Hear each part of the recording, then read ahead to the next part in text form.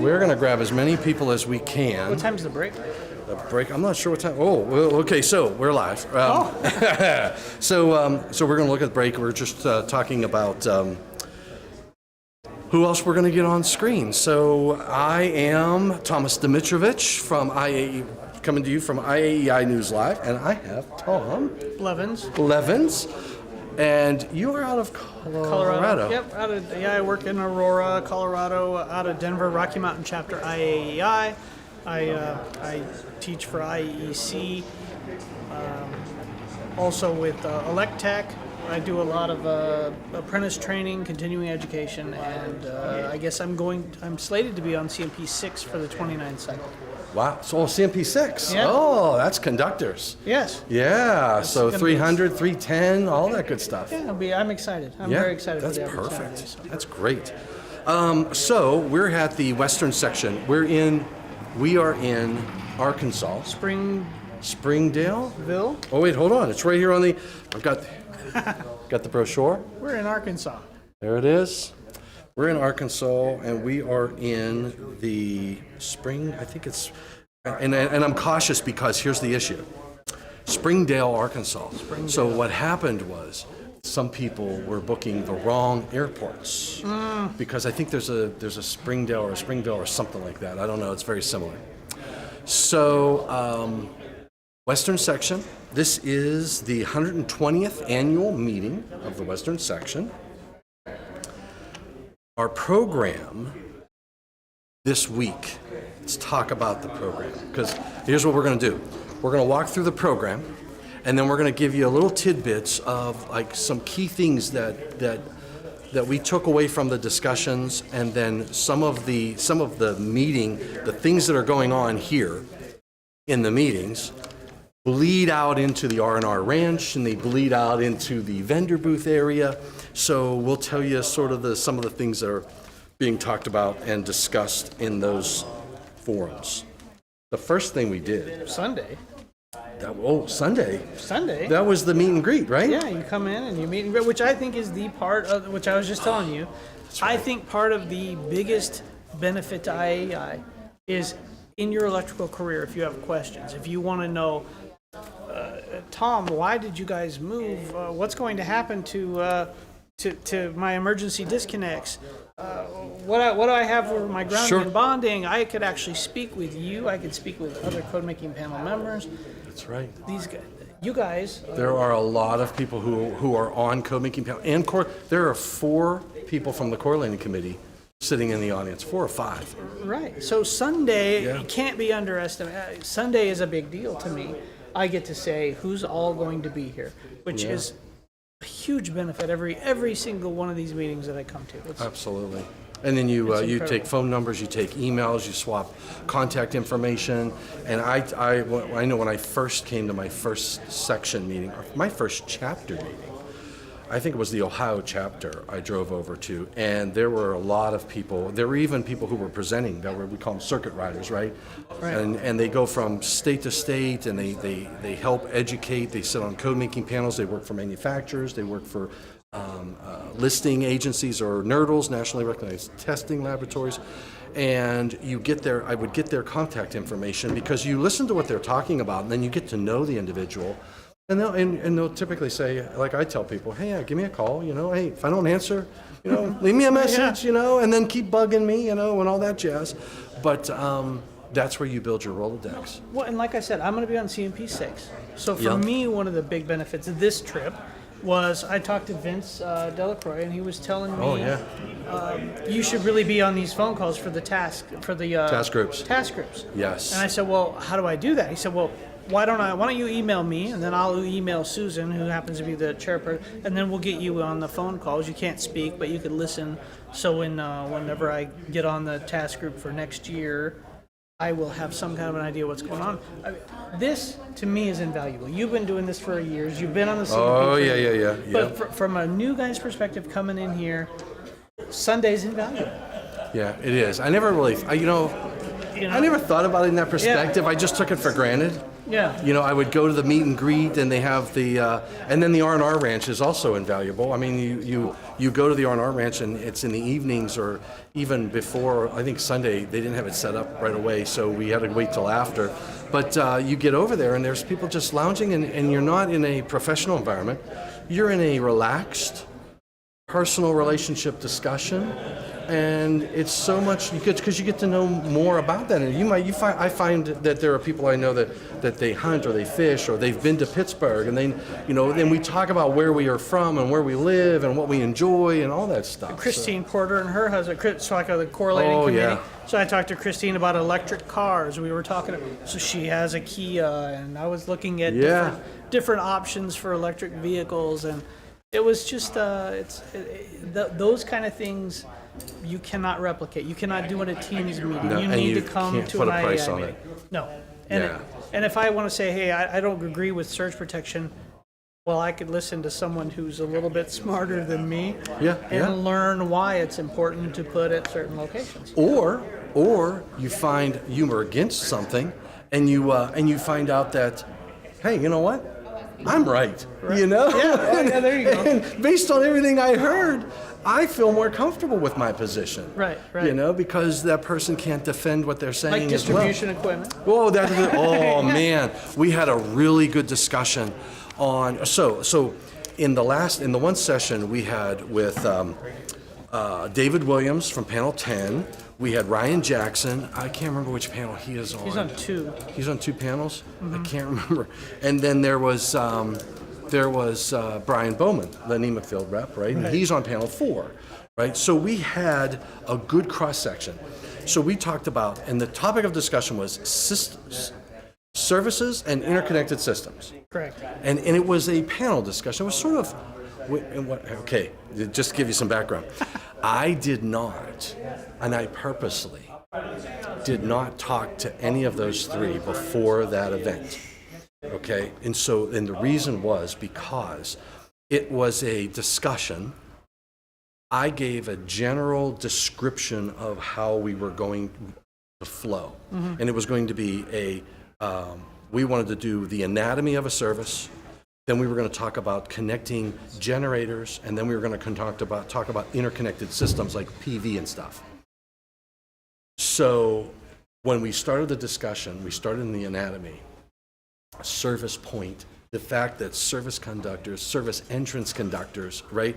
And how there's an overlap of terms. We had a good debate on that. And honestly, we noodled around, and there was no real distinct flow because of the questions from the audience were really intriguing, and you included. And I think you got an action item out of the whole thing. Yeah, we did. Yeah. And that's when we got into distribution equipment. Right. And what is it? What is distribution equipment? I don't know, but I know you can't feed it from both directions. That's right. Yeah, without overcurrent protection. So whatever it is. So then Brian, on CMP4, I think the wheels started turning for Brian, saying, well, we kind of use that term because it's a term in the NEC, and then they say, well, it's not got a definition, and that starts a whole other discussion. And so I think I'm going to contact the correlating committee, and because we use it in multiple places. Yeah. So that was a really good question, because he asked the question. He said, well, what do I do? Do I make a public input to panel 4, or do I do it in which article? And then what we ended up talking about was the fact that it is used so many times throughout the National Electrical Code that you need a task group to say, let's look at the use of the term distribution equipment and how it's used, and consider putting in a definition, but then, like Ryan said, or remove it. Just remove the term and replace it with something that we do know what it is. A defined term. Another defined term. So they had that discussion, and I'll tell you what, I don't know about you, but that impromptu debate and dialogue and people going to the microphone, and it was there was disagreement between the panelists. You got Ryan and Brian Bowman and Ryan Jackson. I'm not stepping in that pool. No, those guys are very intelligent guys. So Yummy Fudge says, on the knowledge share, the IAEI could use a Discord server. If you're not familiar, it's a modern day message board with a whole lot more that helps community interactions. That's a very good point. And I know they use it for gaming, Discord servers. Really? Yeah. For gaming? Yeah. What kind of games? Can we play like games, shoot 'em up games? Avoid the inspector? Oh, I love that. Yeah, you're like Inspector Clouseau. Is this ground rod 8 feet? Yeah, how to drive a wooden ground rod. There you go. Yeah, I like it. Yeah, yummy fudge. That's a good. You know what? And I remember you saying that once before, and I'll have to do that. I'll talk to the IO and see what it takes to do that on our website. We might already have the ability to do that. All right. So we had that great discussion, and there was a lot going on services. And there's still a lot going on panel 10 around services. So there's a lot of changes going on. So, and that's another program that we had. So we had a 2026 code change presentation for the first draft that was done by David Williams and Dean Hunter. Right. Dean's out of Minnesota. He is out of Minnesota. Yeah, Dean Hunter is out of Michigan. Yeah, right. Yeah, we'll see him. The AIBO meeting for University of Minnesota, I think, is going to be in January. You'll have to look it up. But so Dean will also be there. Oh, I'll be there with Dean in January. Yeah, excellent. So that's And Felix Sandoval, good to see you, buddy. Thanks for joining in. All right, so we had that 2026. Now, here's the thing, too. The 2026 program that we used was from the international office, and we have a group of individuals, because IAEI has a person who's two people sitting on every code-making panel, and they're putting in here's like a significant change, and then that goes up to the international office, and Jody Wages, myself, David Williams, David Humphrey, and a few others. Vince Delacroce is in there. We're reviewing those, and we're creating the slides. So what we did for this, myself, David Williams, and Dean Hunter, took that slide deck, and we started getting it to a point where we could do a presentation like they did. Sure. We added a bunch of images, and they did the format and the layout is very critical, right? Oh. And I'm getting good feedback on it. So I'm thinking. When I heard them say we're going to have a reference in the annex, I felt stress leave my body. Like, all right, I know calculations are in chapter 2, and now they're going to move to chapter 1. Is that correct? Yeah, that's right. Load. So even 220 is moving to 120. Right. So I'm just like, what am I going to do? How am I going to understand this? And then I heard them say, well, we're going to have an annex to reference. So I could feel the stress just leave my body. Now I'll know where to go at least to look. I love it. That's going to be a wore out page in my code book. Yes, it is. Okay, so then so we started off on so we had Sunday night, then Monday morning we had our business meeting, right? Right. And for the IAEI Western Section. And then at 9:15, we had the building codes.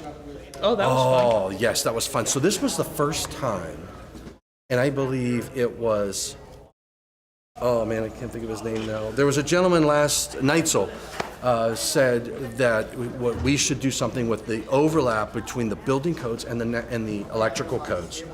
Because we have a lot of multi-hat inspectors, and we can't, you have to think of these systems, these installations as a system. You've got plumbing codes, building codes, energy codes. You have the residential codes. You have the ASHRAE 90.1. You have the National Electrical Code. You got NFPA 1. You got fire codes. All of these things play a role. So what we did, and this guy is a rock star.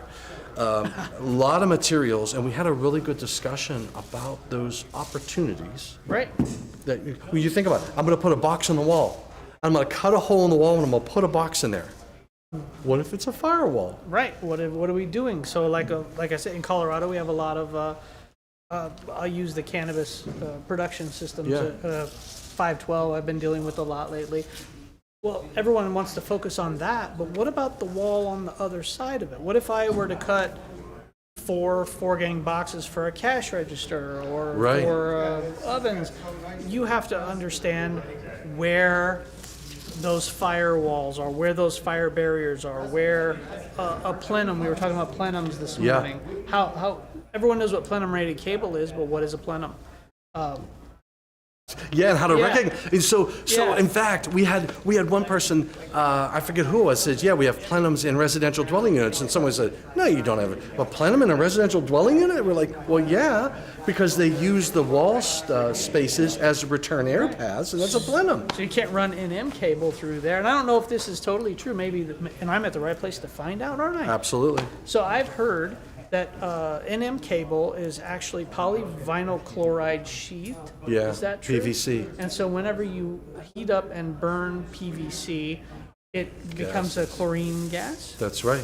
And so if you were to run vertical through your chase in your home, it would be pumping chlorine gas through it if it were on fire. Absolutely. And so so things like that, wiring methods, and Details. plenums, all those. And little the things. other one was the floor. So if you have to put, remember, we in meeting rooms, we require a floor receptacle. Floor-ceiling assemblies. Yeah, so then you pop a hole and you say, okay, I'm going to do this, and then all of a sudden it's a fire barrier. Right. And you can't do that. I did an inspection in Dillard's years ago, and they were popping in floor receptacles in Dillard's, and the mall is Sure. 2 levels, 2 levels. so that's a fire barrier. So there might be an issue in Wow. in those Yeah. kind of. And then we talked about the so when you have engineered not studs, joists. Like lumber, like heavy timber, and Heavy you've got timber. LVLs and all that. Exactly. Where to drill, how to drill, if you should drill at all. Oh yeah, Yeah. yeah. Because they said, I forget, somebody in the audience made the statement that they had that engineered lumber and they drilled all these holes, and then when you do that, you jeopardize the integrity of the joist, and now you have to address it, which could be more bracing, and now you've added a lot of cost, and you got to hope that whoever is looking recognizes it. Right. I mean, so here's here's what I think about sometimes. Yummy Fudge says, are you suggesting electricians, plumbers, HVAC contractors actually talk to each other? No, I don't want to be ridiculous. I want to suggest that we read their material. I love it. Oh my gosh. And then David Engelhardt mentioned the mechanical codes too. But so here's the thing, when I know the electrical stuff. Sure. Okay. So I bought a house, and I'm looking at the electrical installation, and I find issues. Okay, so I'm looking, I'm like, wow, you shouldn't be doing that. You shouldn't do that. You shouldn't do this. And I'm spotting all these issues that are problematic for the electrical installation. But I'm not a structural guy. I'm not a fire guy. And when you look at that and you think, if I brought a structural engineer in here, what would they say? Right. And Are my smoke detectors in the right location? I've got one. I have one that goes off every time. So I have the kitchen. There's Dan. Are you going to talk? I've been signaling. I'm ready for Come on over. We have the man, the legend in his own mind. and Dan, help me. Here's what I do with your last name. I'll say, this is Dan Daniel Langlois. Langlois. Yeah, that's as good as you're going to get in Langlois. English, for sure. It's not Langlois? No, sir.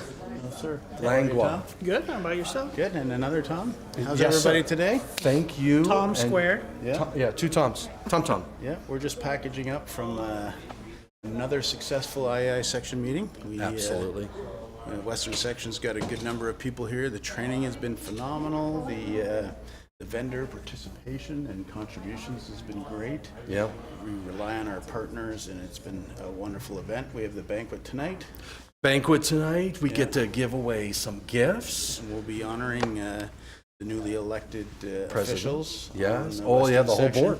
The whole board. And we'll be swearing in tonight, so we're looking forward to that opportunity. Yep.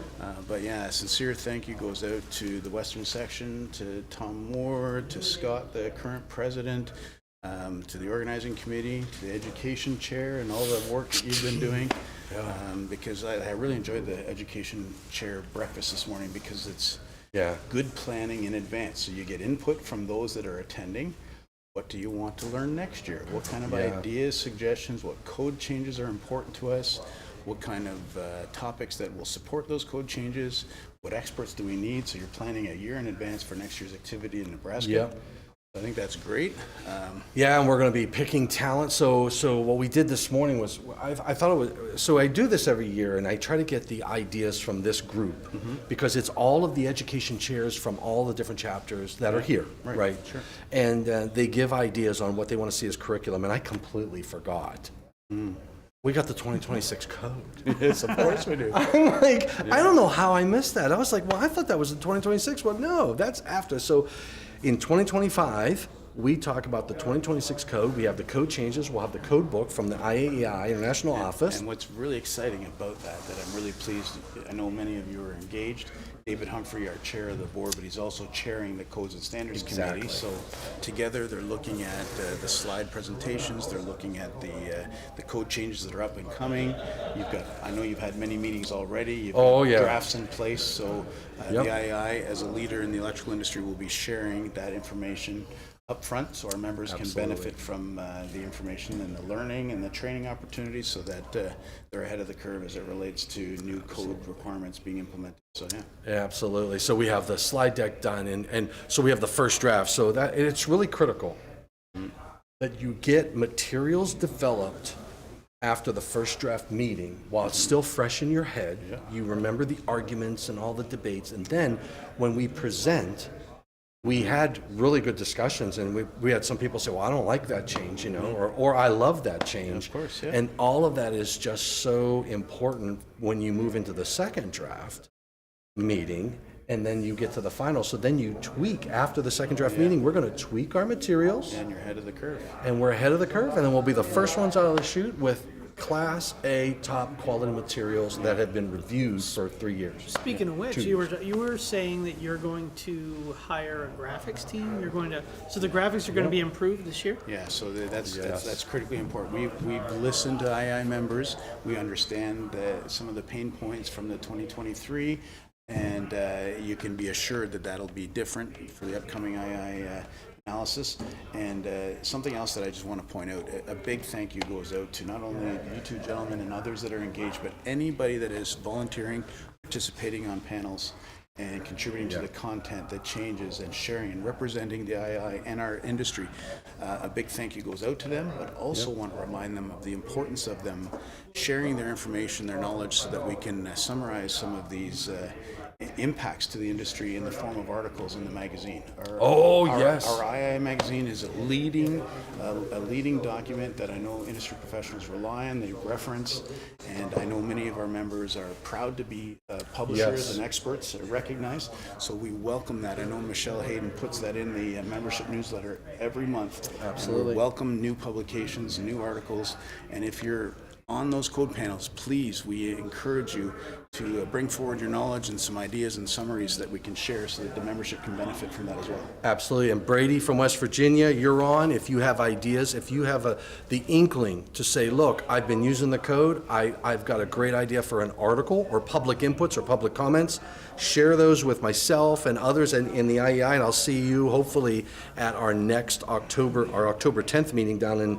Charleston. Yummy fudge. I would say to you too, if you have some good ideas for articles, we'll take articles for the IAEI newsletter or the magazine. If you have ideas, even if you're not a good technical writer, get your ideas on paper, get them over to the IO, the International Office of the IAEI, and we'll help you guys and gals out there develop a good article and get you published. Same with you, David Engelhardt. I want to get some articles out of you. I know you do a lot of plan reviews and all that jazz, so let's get to writing. Let's make it happen. I'd like to take the opportunity to bother Chris Papp while we're on it, because I know he'll be watching this later, if not now. And he did one on interconnected systems, and so I said, hey, why don't we do one on 512? So because I'm not a technical writer, I'm going to put a lot of pressure on him to help me to get something to the magazine so that we can publish something. And that like means you're going to take him out to dinner, maybe buy him a beer here or there. No, not at all. But I'll let No, not at all. I'll let him buy me whatever he wants. Yeah, my that's birthday's October 10th. Oh, Chris, It's so upcoming. There we yeah, go. so Wow. you could just gift it to me, pal. That's perfect. All right. So Dan, you're on the board, the board of directors for SMI for the IAEI. Correct. How did you get there? Wow. So it's been a long haul. It's been an absolute pleasure. I've been a member of IAEI since 1991.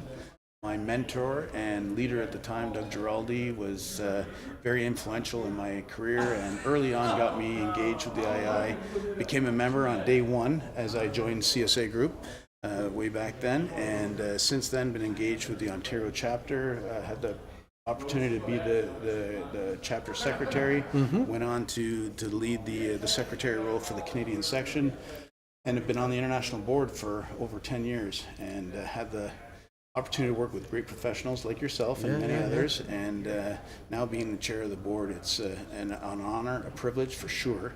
But what's exciting is that we have a really dynamic, diverse board of directors that's looking at new and innovative thinking and ways to improve. The best thing we can do as a board is put into place initiatives and a strategic plan that's going to help leave behind Absolutely. an IAEI for decades to come. It's been around for 100 years. It's going to be around for a few more hundred. Speaking of 100 years, if we can just put in a point, we plan to celebrate the success of this great organization after the last 100 years. In 2028 will be our 100-year celebration. In the 75th year, we did the Diamond Jubilee. That's right, in Orlando. And Rudy has struck a committee. We've got vested, interested parties from all the sections to give their ideas. We're looking at hosting a single annual meeting in 2028 at a location that accommodates as many interests as possible and make it as Fun. as convenient and as fun to attend Absolutely. as possible. So yeah, there's a committee that's been struck. Look to the II News and look to the website. And if you have suggestions or ideas, bring them forward, because this is our association. It's one family, so we have an opportunity to man. bring forward ideas. I just We look got forward to it. goosebumps. Hey, that's excellent. I'm going to excuse myself because I have All to right, go brother. make arrangements for tonight's activities and swearing in of the new board here in the Western Excellent. Section. But I really appreciate all you do. Thank you, Tom. And Tom, appreciate your Thank you, feedback Dan. here and also this morning. Thank you. And the II News is in good hands with Mr. Tom. Thanks, Dan.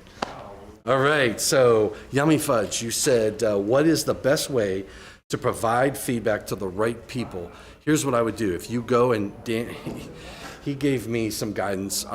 We had our education chair meeting this morning, and there were a couple people had some questions about requesting the CEU credits and things like that. And Dan told me, he says, you go to the website and you go to IAEI and you go to the organization, there's a picture of everybody that's there and their email addresses. All you've got to do is click on one of those. I mean, Rudy would love to hear from you. If you have comments, Rudy Garza is our CEO. Can I add to that? Because I think I actually, part of it was I'm fairly new to contacting the IO, dealing with this. Sure. And Dan's advice to me was, pick up the phone. Yeah. He said, don't be afraid to pick up the phone. Everything's not got to be an email. So pick up the phone, You're right. develop a relationship, and everyone there is going to be willing to help you. Oh, absolutely. That's a very good, you know what? And I don't think, in my opinion, I don't think we pick up the phone enough these days. Sure. It's texts and emails. And now there's this other thing. There's this other app I have on my phone. It's called, oh, you got to love this. I got text, WhatsApp. WhatsApp. Oh, sure. Oh my gosh. All my international friends use that. Yes. Yeah. Ah, man. But it's just enough. Oh, and then I've got the Teams. Of course. Oh, and I get people within my company who'll say, I sent you a message and why didn't you answer? I'm like, well, where's it at? Well, it's in Teams. I'm like, geez, oh man. So I got email, I got texts, I got WhatsApp, I've got Teams, and all these things. Just call me, right? Just pick up the phone. Let's pick up the phone. Let's give us a call. Right. Yeah. It might be now. it might be better to call. That's what I was Yeah. told. If you're not sure, just give them a call. Absolutely. Okay, so let's go through the schedule here. So we did. So we have a code panel. We have a panel Q&As. So we have two different panels. One panel one goes one day. Panel two goes another day. And these are code making panel members. And we collect questions, and then we get those to the code panel experts, and we have them answer the questions. And then they present the question and the answer. Sometimes you may not agree with the answer. Mr. Lichtenstein gave some interesting advice. Absolutely. Well, There was he had some heat. Tom Lichtenstein works for UL. yeah. And he had some advice for us based on the NRTL standpoint Sure. that I'm not sure that the electricians all appreciated. No, and it was a Yeah. dialogue, but people got to the microphone. They were like, "I disagree with you," and then Christine Porter gets up and she Right. gave her opinion. Everybody, what I love about these meetings, people have an opinion, Right. and this gives a forum to voice that opinion, and it's okay to say, "I disagree with you," and have an educated discussion, and then we go to the R&R Ranch and we cry. Right. Right. Have a drink and shut up. Shut up. Yeah. So. But you can't, I think we might have skipped Carrie's part. Oh yes, we did. Carrie was before the discussion, and Yeah. she did calculations, Yes. Yeah. which are great for test prep. I don't know if that was an actual test prep, but it was. So here's the thing. And she made a valid point that, like, if you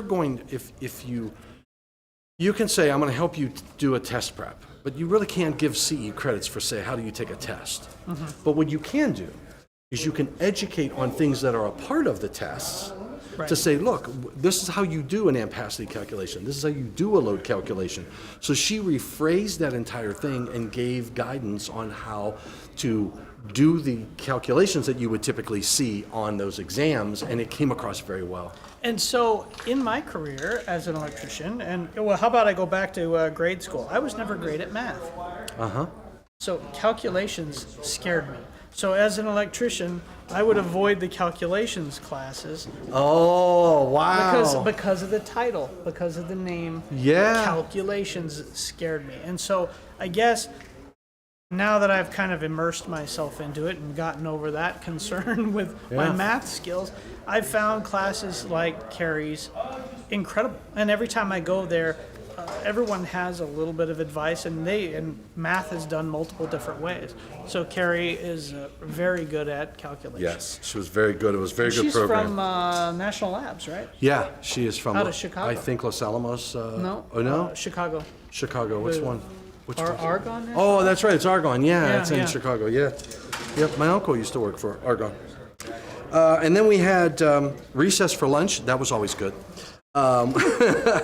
We had the first draft. We had three-phase GFCIs and special purpose GFCIs. Little Fuse did that presentation.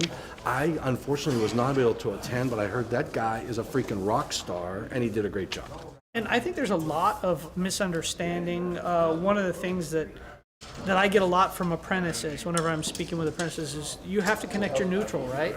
Oh, yeah. Well, how can I use a GFI if I don't have a neutral? So they went into depth on current transformers inside the GFCIs. Did they? Yeah, how they were. Man, I missed it. So they answered a lot of those questions. I actually kind of want some of their slides so that I can. He's so right that I over can there. explain. He's backing up. So so I really appreciated that presentation as well. Excellent. And then this morning we had a discussion around services. And we already talked a little bit about that, but there was some eye-opening things. It's funny, it was Dan Neeser come over, and he says, he come walking over, Dan, he's like, hey, and he says, he says, I thought I knew services until that presentation. He goes, I was thoroughly confused after that. And the reason was because we unearthed a lot of those challenging, we have terms that somewhat say the same thing, and then we have requirements that sort of imply something a little different, and you've got to make sure that you have a term, and then you look at the requirements. So we went through a great discussion on interconnected systems there, 705.11, 705.12, Right. and that's when we found that one term that's not defined, and you have an action item, and we're going to report on that next year. Let's see how far you got with that I really one. like how Brian Bauman described that session. That session to me was, for the last 100 years, electricity, power, the electrons are flowing one direction. Yeah. And now the electrons are flowing both directions. So now we have bidirectional services, and we need to step outside of that linear thought process when we are designing and installing and inspecting these. Yeah, services. and that's the thing. Our industry is going, and he made a good point though. We're going through this dynamic change, and if you're not involved and a part of that change, if it's like if you are driving down the road, and then someone takes you, and there's a tunnel up ahead, and takes you to completely the other side of the tunnel, and then they drop you down, and all of a sudden it's snowing, and there's huge mountains, and you go, what the heck just happened? Right. I call it overdriving your headlight on a motorcycle. I ride motorcycles. Oh, okay. And at night when I ride, I don't Yeah. like to go over 60 miles an hour, 65, because you can actually overdrive your headlight. You can't see as far, Yeah. as fast as you're going, if that makes any sense. Yeah, and your stopping distances are Right, much you're shorter. Yeah, right. So it's kind of the same way. If you're Yeah. not involved in this, your head's not, Oh, yes. not up, then you're going to be behind the curve. Oh, when the absolutely. 2029 code book comes Yep. out. I'm and sure that's of that. that's why it's really. There's Ryan, right? Ryan, why don't you come on over, Hey. buddy? We were just talking about the service Just talking discussion. about you. Live? Yeah, we're live. We're live. There's Cheers. Ryan Greetings. Jackson. YouTube and LinkedIn. Wait, you're supposed to and- say greetings and salutations. and salutations. You know what? No, I'll greet them. I'm not greet 'em. saluting them. That's it. All right. So greetings. If you were here as you should be, I would say salutations. That's a very good point. You only get half of it if you're screaming it. Yeah. If you want the whole experience, you got to be here. That's exactly right. And I know we were just talking about the experience doing the service discussion. And Dan Neeser come up to me and he says, I thought I knew services. He says, but now I'm really confused. Because It's not as easy as it was 100 years ago. No, right? it is used to not. be simple. And I was talking to Jerry with Eaton Yeah. a minute ago, and he was talking about it's not services, but he was talking about some of the new solutions that Eaton has with smart breakers and PCS and energy management, right? Yep. And I was telling him, you know what's amazing is the complexity of an installation today in a house. Oh yeah. Right? I mean, you knew 50 years ago, going into a petrochem place, you had a complex installation. Yep. You know what I mean? You go to some big factory, you got a complex installation. Now, it's as complex in residential. houses. Yeah. Oh, right? yeah, If absolutely. If you've got a battery in your garage and you got an electric vehicle and PV on the deck, Oh I my mean, goodness, yeah. Batteries like to your point, you would go to an industrial and they'd have a battery room, Right. and that was their energy storage. Exactly. Now all of a sudden you got them in your garage, you got them outside hanging on the wall, you got them in a basement. And you have an EMS with a PCS. Oh yeah, Yes. we just did a house. There was an inspector contacted me in West Virginia, and he said he sent me a one-line diagram. Okay, and he goes, I need help with this, right? And so I looked at it, and there was an inverter, there was a generator, there was solar, and there was energy storage. And he's like, and it was really interesting because the way the one-line diagram operated, they ran off of the generator first. And then if the generator ran out of fuel, they went off of the energy storage. for standby power.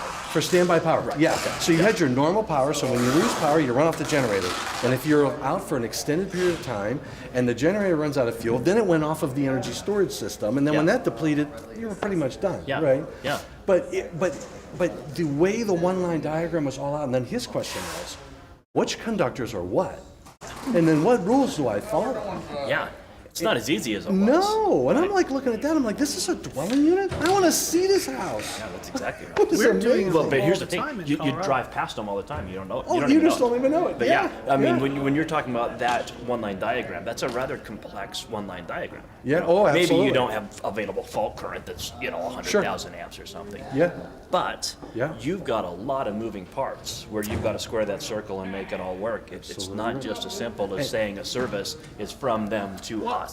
It's funny you guys say this because I was actually doing a one-line diagram. We were doing a plan review for one out in Colorado, and I had to call Generac, and the gentleman I called is right there. Oh, yeah, there you go. Yeah, so I had That's to call cool. the manufacturer. And he's right here. And in he's the, right here, so I had to go introduce myself. So another benefit of coming to Yeah, these oh, IAEI. absolutely so right. It's like I talked to you on the phone. Hey, he's like, oh yeah, I talked to my boss about this, and this was crazy. Absolutely, yeah. And you come up with real solutions for interconnection methods with generators and battery storage. Absolutely. And then you think about a person who goes to a house, change a receptacle, right? And you say, well, I thought you go and maybe you turn power off. And then you go, did you really turn power off? Right.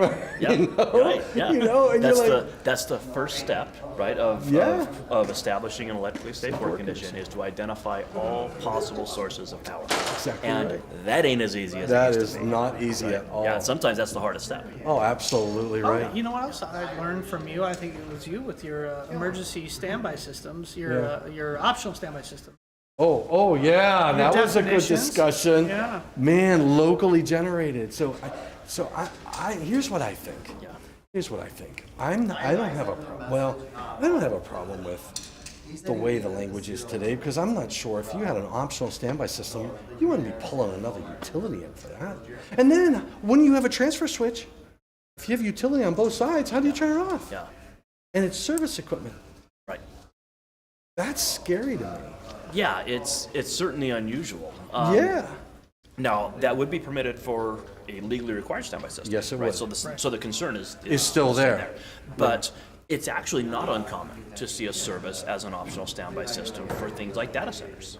Yeah. You know, one of my places that I consult for is a very large data center, and they move like $6,000 per second through that facility. Wow. They do not lose power ever. Yeah. Right. So Yeah. they actually have a separate service, and it is Yeah. strictly for backup. So if they lose one service, they can go to the other service before they go to their fuel cells or their energy storage Sure. or their generators or their microgrid. You know. Yeah.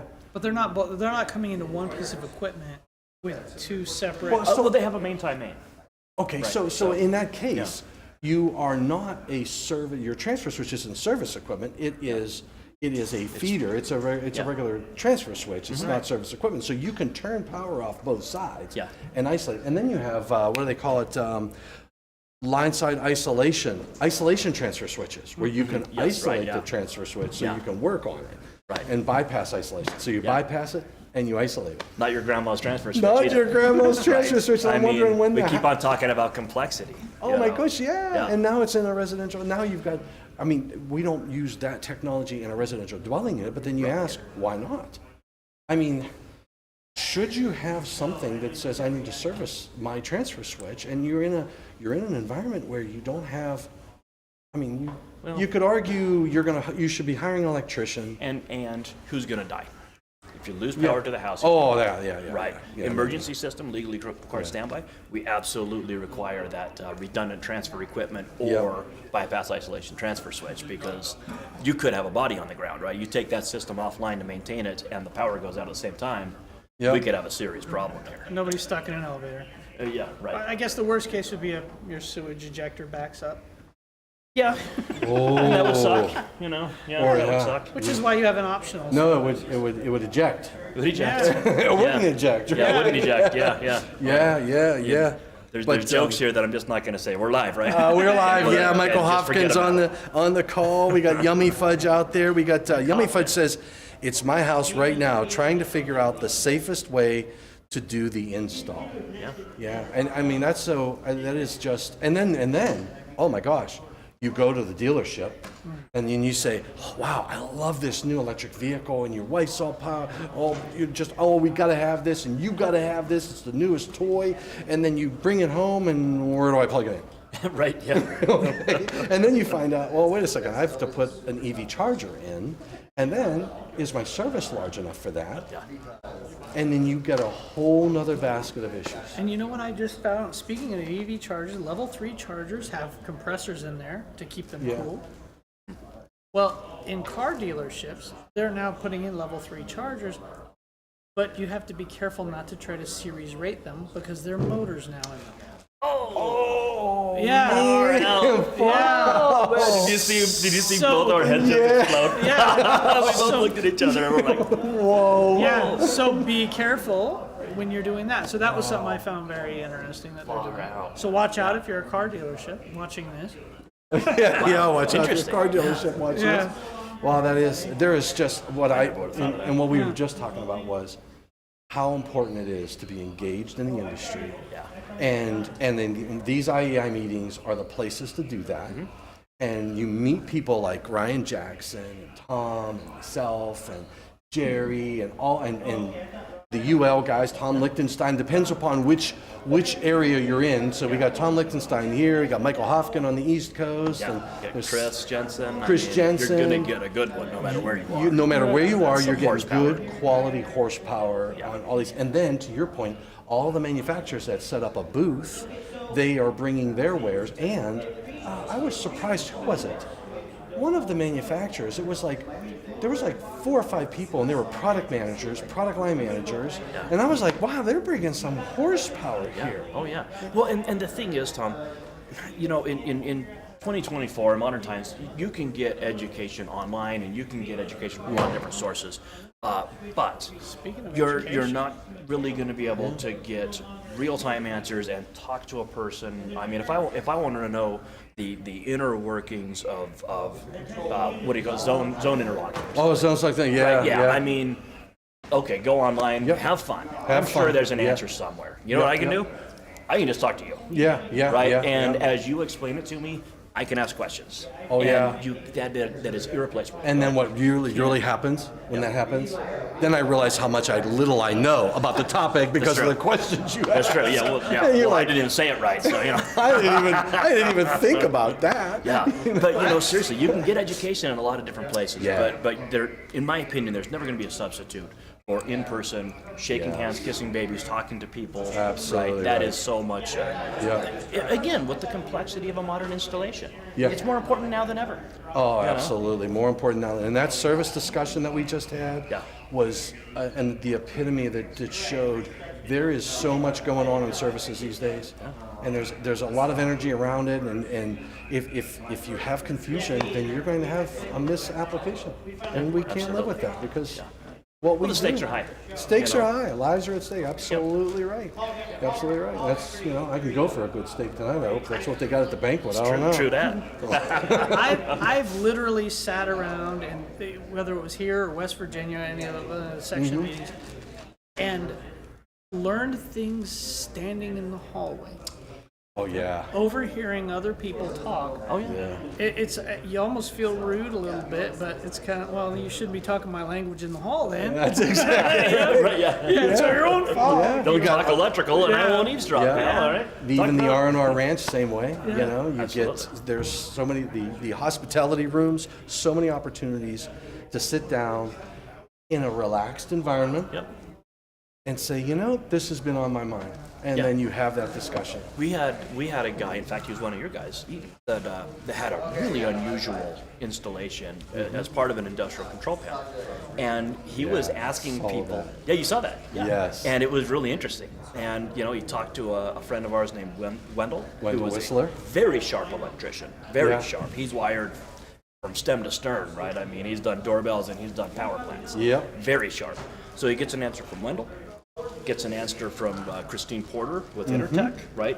On 2 panels, the correlating committee and the chair of 780. That's right, Then yeah. he comes over to me and he's like, "Hey, you just did a really nice transformer presentation. Here's a transformer question for you." Yeah, yeah. And it's like, where else are you going to be able to get that variety of people to ask a question in real time and sit down and talk with them?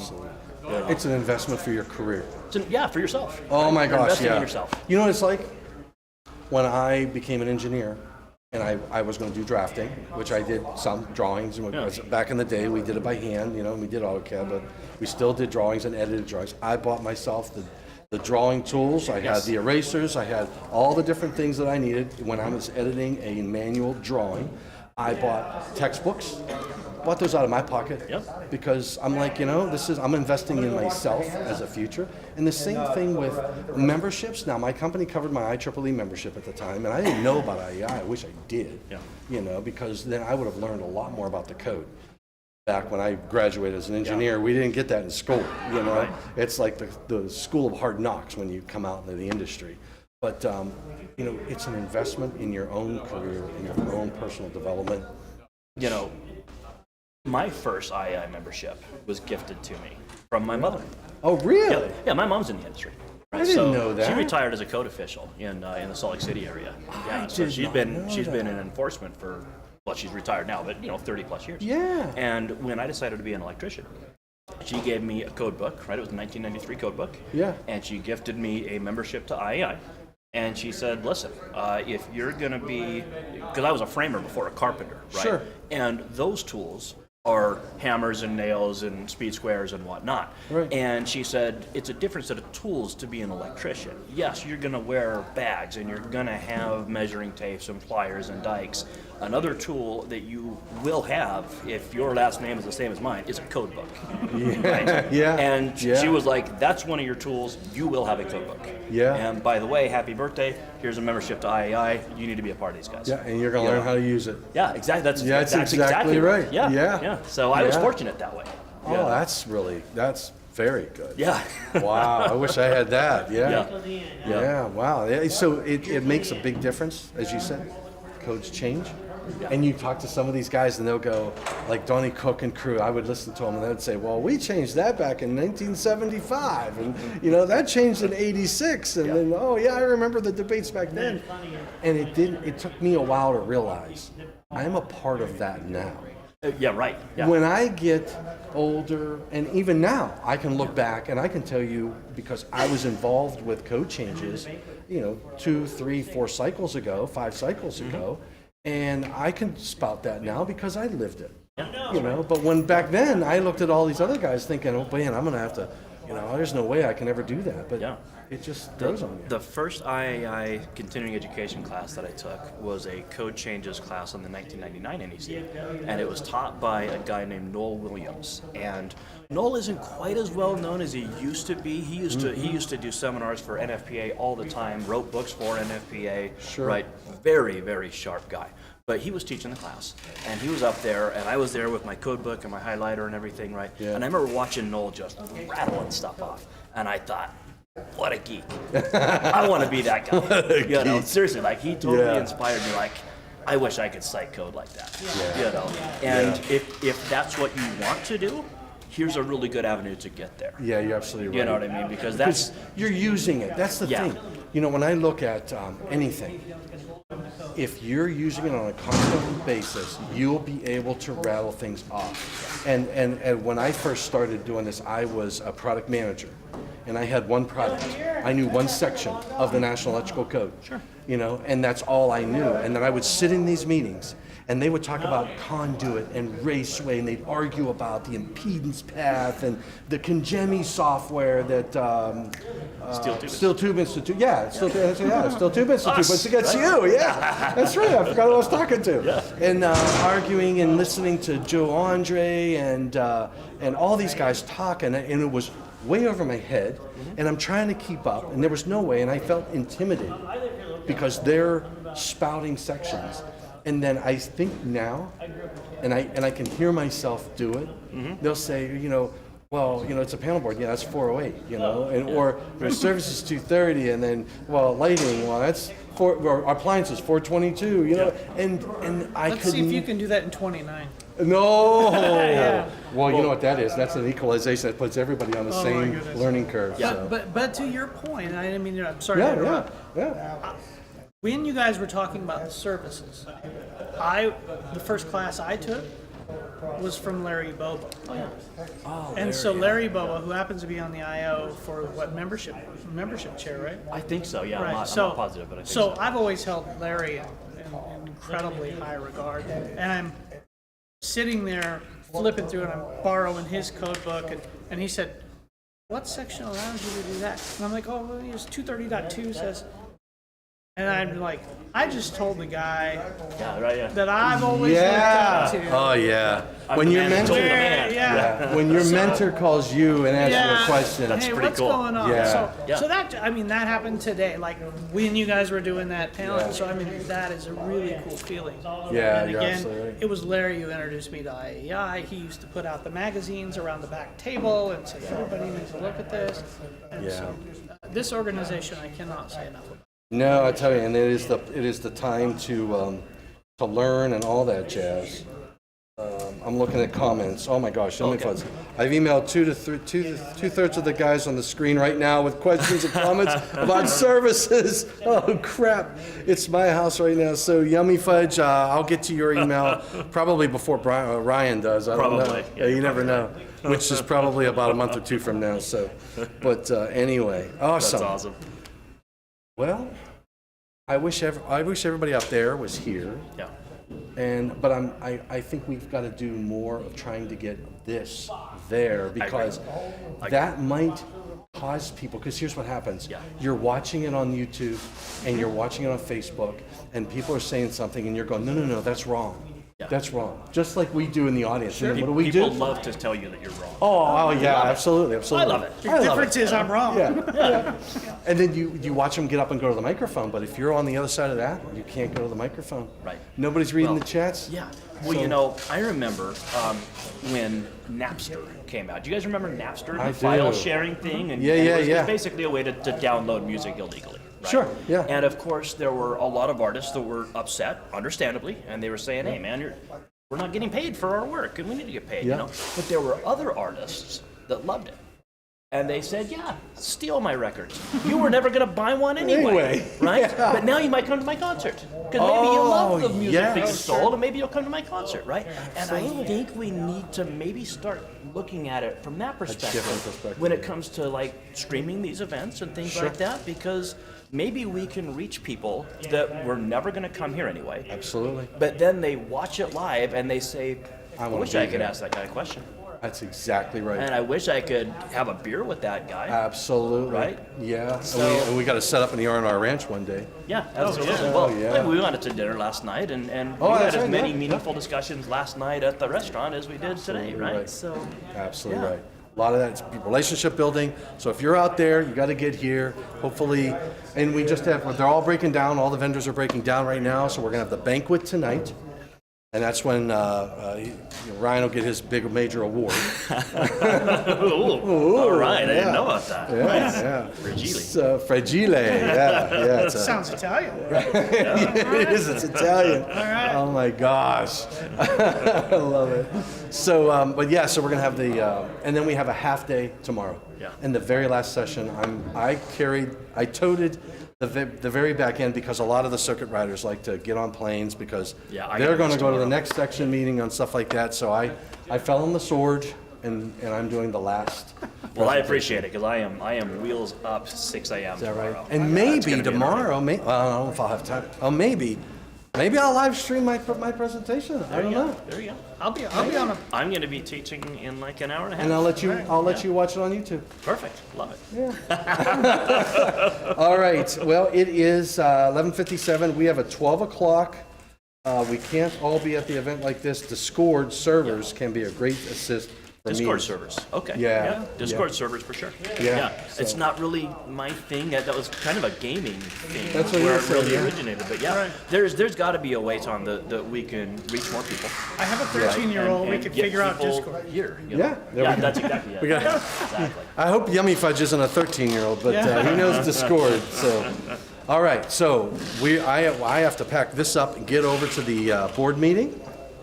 And we've been going for an hour. I didn't think we were going to go for an hour. Have you? Nice. Yeah. It's easy, man. You start talking about this stuff, you can't shut up. It's exciting stuff, right? This isn't plumbing. This is electrical. Oh, come on, man. This isn't plumbing. It's I mean, no offense. It looks good on you. Yeah. I know if there's a camera around that he would be here. Oh, yeah. Absolutely. Like a moth to the flame, baby.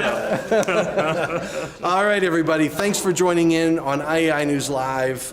We appreciate your Michael Hofkin, Yummy Fudge, David Engelhart, Oh, nice, Dave. Felix Sandoval. I know you were out there too. Outstanding. Yes. Nice. So Cool. we had a good group, and I appreciate everybody dialing in and watching and joining for about an hour. And hopefully, I'll see you next year in Nebraska. Nebraska for the Western Section. I think it's Kearney, Nebraska. Kearney. Is it Kearney? Kearney or Kearney? I don't know. Kearney or Kearney. We're struggling with this like we did with Springdale Field. I know. Oh, is that where we are? Springdale Field? Springdale Nice. Good. Arkansas. That's right. So we'll see you at the Western Section next year. So thank you. Cheers, Take care. everyone. Stay safe.